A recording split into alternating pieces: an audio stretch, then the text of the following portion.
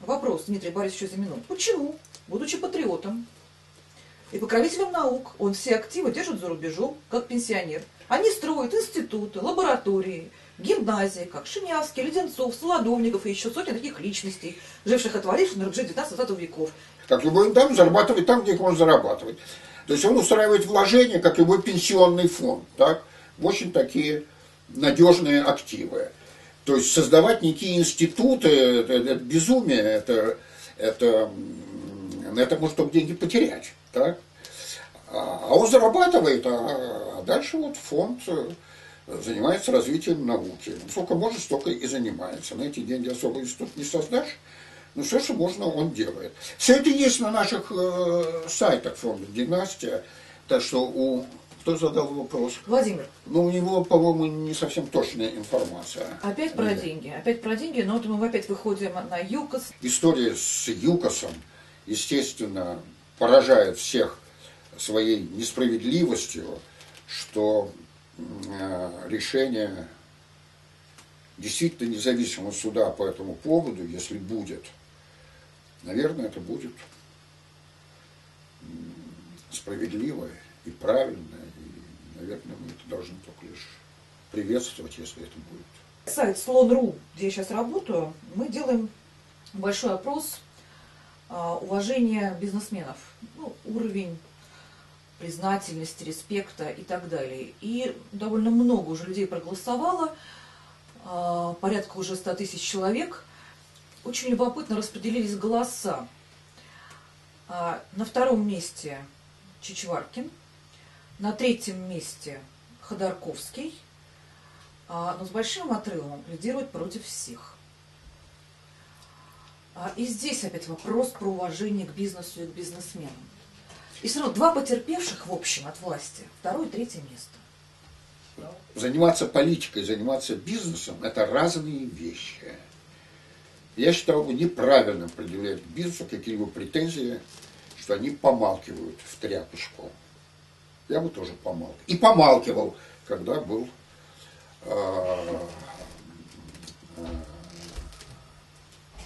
реально действующим бизнесменом.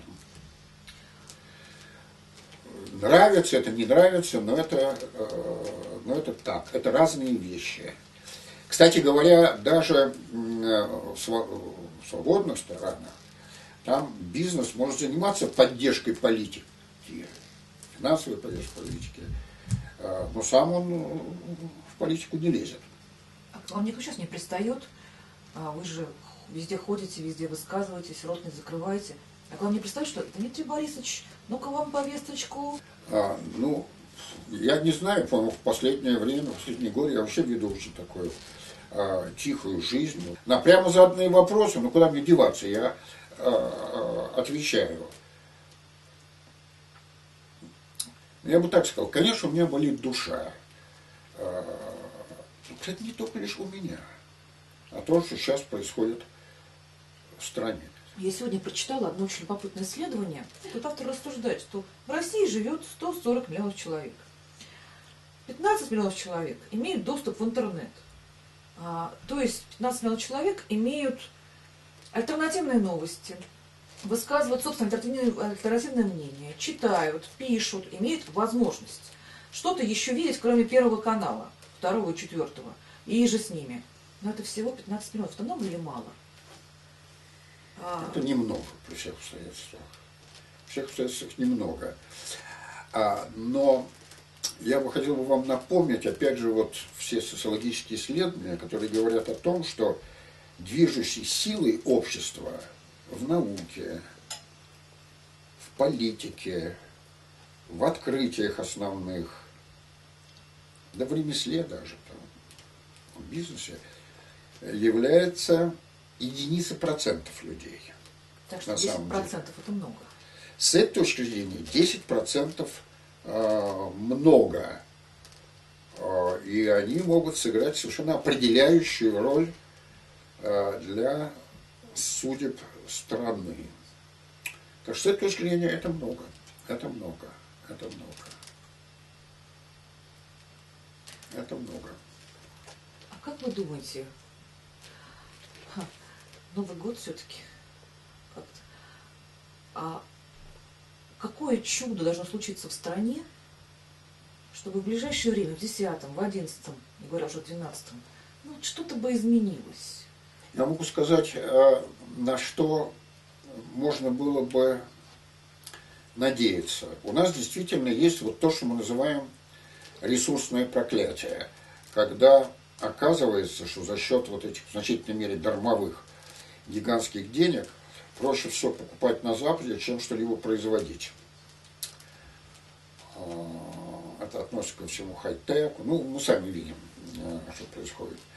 Когда нечего производить, то нет места и для науки, интеллигенции. Для того, чтобы сломить эту ситуацию и в стране все-таки развивалась бы достойная экономическая и интеллектуальная жизнь, должна быть очень серьезная политическая воля.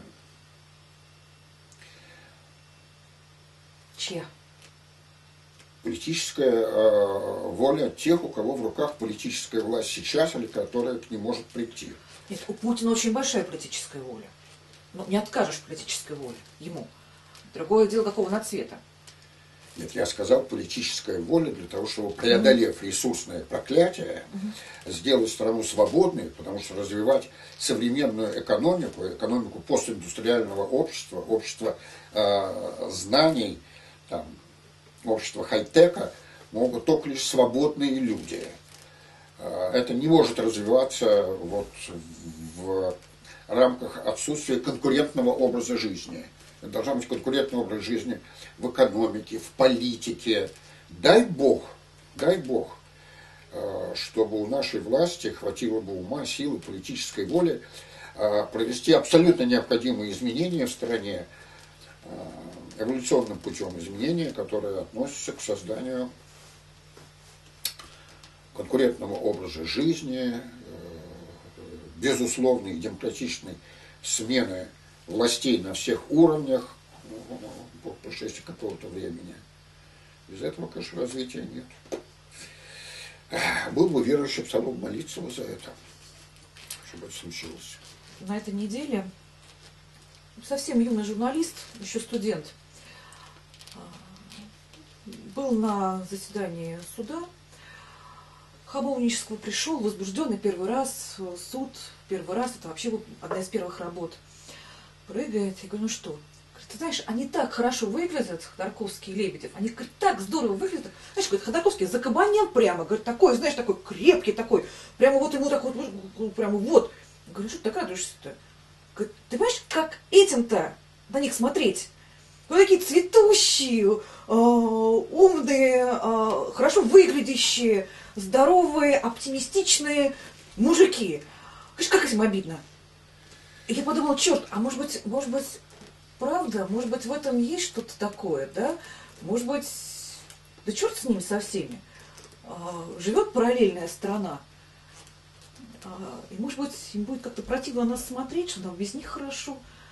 Мы их переживем, мы выйдем из тюрьмы, мы сделаем в ближайшее время увидеть Михаила Борисовича и Платона вот примерно вот здесь вот с нами. Вот я этого очень хочу, и не только я. Дай Бог и им, и нам, и стране. Не все еще потеряно. Дай Бог. Спасибо, Дмитрий Борисович. Дай Бог.